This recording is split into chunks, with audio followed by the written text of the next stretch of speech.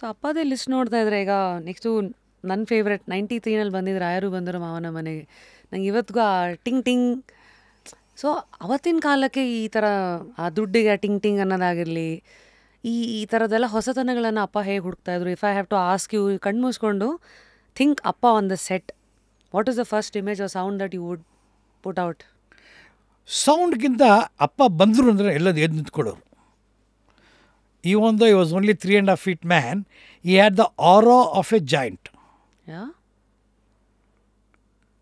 That is the first USP of Appa. ಅವ್ರು ಹೆಂಗೆ react ಮಾಡೋರು ಅದಕ್ಕೆ? ನಾನು ನೋಡೋಷ್ಟಲ್ಲಿ already you got use to it ಅನ್ಸುತ್ತೆ. He was very comfortable with it.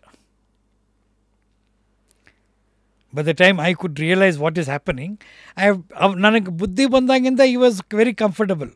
ಈ ವಾಸ್ ನಾಟ್ ವೆರಿ ಅದೇ ಅದೇ ಈಗ ತುಂಬ ಜನ ಹೇಳ್ತಾರೆ ನಮ್ಮ ಅಪ್ಪಂಗೆ ಮೈ ಫಾದರ್ ವಾಸ್ ಆ್ಯರಗೆಂಟ್, ತುಂಬ ಅಹಂ ಇತ್ತು ಅವ್ರಿಗೆ, ಅವ್ರ ಹತ್ರ ಆತ. ಬಟ್ ಪ್ರಪಂಚ ಅದನ್ನು ಕರೆಕ್ಟಾಗಿ ಅರ್ಥ ಮಾಡ್ಕೊಂಡಿಲ್ವಾ ಅಥವಾ ಬೇರೆ ಕರೆಕ್ಟಾಗಿರೋ ಲೆನ್ಸಲ್ಲಿ ಅದನ್ನು ನೋಡಲಿಲ್ವಾ ಅಥವಾ ವಾಟ್ ಹ್ಯಾಪನ್ಡ್, ಏನಾಯಿತು ನೀವು ನೋಡ್ದಂಗೆ? There are two things I can say, or 3 things. ಒಂದು, maybe he did not convey his thing properly, or maybe the way he was putting it is what he want to tell. Adanna bereyaru may not have taken it as frankness, maybe they would have taken as arrogance.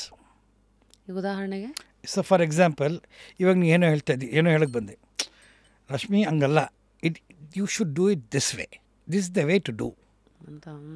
I am telling because I am 54. And I am telling you because you are younger to me, the liberty which I am taking.